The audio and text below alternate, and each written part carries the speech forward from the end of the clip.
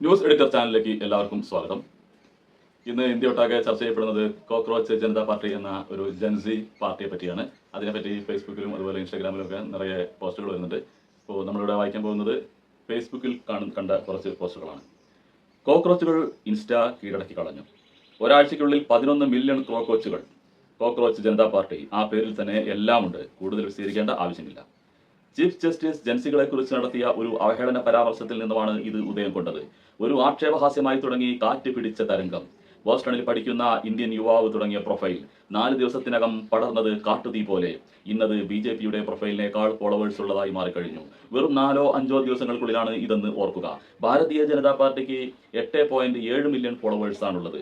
Cockroach Janata പാർട്ടിക്ക് ആകട്ടെ 11.7 million ഫോളോവേഴ്സാണ് ഉള്ളത്. നിമിഷങ്ങൾക്കുള്ളിൽ അത് മുകളിലേക്ക് പോയിക്കൊണ്ടിരിക്കുന്നു. BJP ഉണ്ടാക്കിയ ഫോളോവേഴ്സ് പതിറ്റാണ്ടുകളെടുത്ത് കോടികളുടെയും അധികാരത്തിന്റെയും പിൻബലത്തിലാണെങ്കിൽ കോക്രോച്ചുകൾ അത് തകർത്തത് ഞൊടിയിടയിലായിരുന്നു. അവർ മുന്നോട്ട് വയ്ക്കുന്ന 5 പോയിന്റ് അജണ്ട ശ്രദ്ധേയമാണ്. 1. റിട്ടയർ ചെയ്യുന്ന ജഡ്ജിമാർക്ക് പാരിതോഷിക പദവികളൊന്നും നൽകരുത്. അവരെ രാജ്യസഭാ മെമ്പർമാർ ആക്കരുത്. 2. ഒരു പൗരന്റെ വോട്ടവകാശം എടുത്തു കളഞ്ഞാൽ തെരഞ്ഞെടുപ്പ് കമ്മീഷനെ UAPA പ്രകാരം അറസ്റ്റ് ചെയ്യണം. 3. സ്ത്രീകൾക്ക് 50% റിസർവേഷൻ വേണം. ക്യാബിനറ്റ് പദവികളിലും ഇത് നടപ്പിലാക്കണം.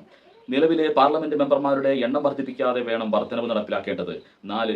ഗോദി മീഡിയ പകരം സ്വതന്ത്ര മാധ്യമങ്ങൾ വേണം. അംബാനിയുടെയും അദാനിയുടെയും മുഴുവൻ മാധ്യമ സ്ഥാപനങ്ങളുടെയും ലൈസൻസുകൾ റദ്ദാക്കണം. 5. ജയിച്ച ശേഷം കൂറുമാറ്റം നടത്തുന്ന ജനപ്രതിനിധികളെ 20 വർഷത്തേക്ക് ബാൻ ചെയ്യണം. ജൻസി ക്രോക്കോച്ചുകൾ മുന്നോട്ട് വയ്ക്കുന്ന ഈ 5 അജണ്ടകളും ഇന്ത്യയുടെ ഭാവി നിർണ്ണയിക്കാനും അത് മാറ്റിയെഴുതാനും പര്യാപ്തമാണ്. കോക്രോച്ച് ജനതാ പാർട്ടി എന്നത് മാറ്റത്തിന്റെ ഒരു ജൻസി കൊടുങ്കാറ്റ് തന്നെയാണെന്ന് പറയാം. കോക്രോച്ച് ജനതാ പാർട്ടി ഒരു രാഷ്ട്രീയ പാർട്ടിയല്ല, അത് നിരാശരായ യുവാക്കളുടെ പ്രതിഷേധമാണ്.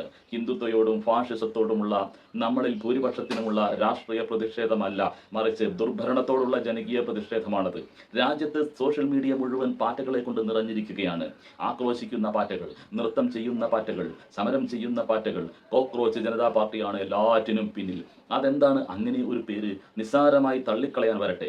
ഏതാനും മണിക്കൂറുകൾ കൊണ്ട് രാജ്യത്തെ യുവാക്കളെ ഒപ്പം എത്തിക്കാനും ഭരണകൂടത്തിനെതിരെ രംഗത്തിറക്കാനും കഴിഞ്ഞു ഈ പേരിന്.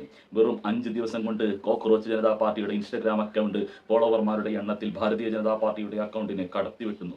13 മില്യണാണ് ഇപ്പോൾ CJPയെ ഫോളോ ചെയ്യുന്നത്. BJPയുടേതാകട്ടെ 8.8 മില്യണും. എന്താണ് ഇവിടെ സംഭവിക്കുന്നത്? എല്ലാം തുടങ്ങിയത് സുപ്രീം കോടതി ചീഫ് ജസ്റ്റിസിന്റെ ഒരു പരാമർശത്തിൽ നിന്നാണ്. കഴിഞ്ഞ വെള്ളിയാഴ്ച ചീഫ് ജസ്റ്റിസിന്റെ പരിഗണയ്ക്ക് വന്ന ഒരു ഹർജിയുടെ വാദത്തിനിടെ അദ്ദേഹം പറഞ്ഞു, പാർട്ടികളെ പോലെ കുറെ യുവാക്കളുണ്ട്, ഒരു തൊഴിലുമില്ലാത്തവർ, മാധ്യമപ്രവർത്തകരും സോഷ്യൽ മീഡിയ ആക്ടിവിസ്റ്റുകളും RTI ആക്ടിവിസ്റ്റുകളും ആണ് അവർ. ഭരണ സംവിധാനത്തെ ആക്രമിച്ചുകൊണ്ടിരിക്കുന്നു. തൊഴിലില്ലായ്മയും വിലക്കയറ്റവും മൂലം പൊറുതിമുട്ടുന്ന ഒരു രാജ്യത്തിന്റെ ചീഫ് ജസ്റ്റിസിന്റെ പരാമർശം യുവാക്കളെ, പ്രത്യേകിച്ച് ജൻസികളെ പ്രകോപിപ്പിച്ചു. അവർ സമൂഹ മാധ്യമങ്ങളിൽ ചീഫ് ജസ്റ്റിസിന്റെ പരാമർശങ്ങളെ വലിച്ചു കീറി.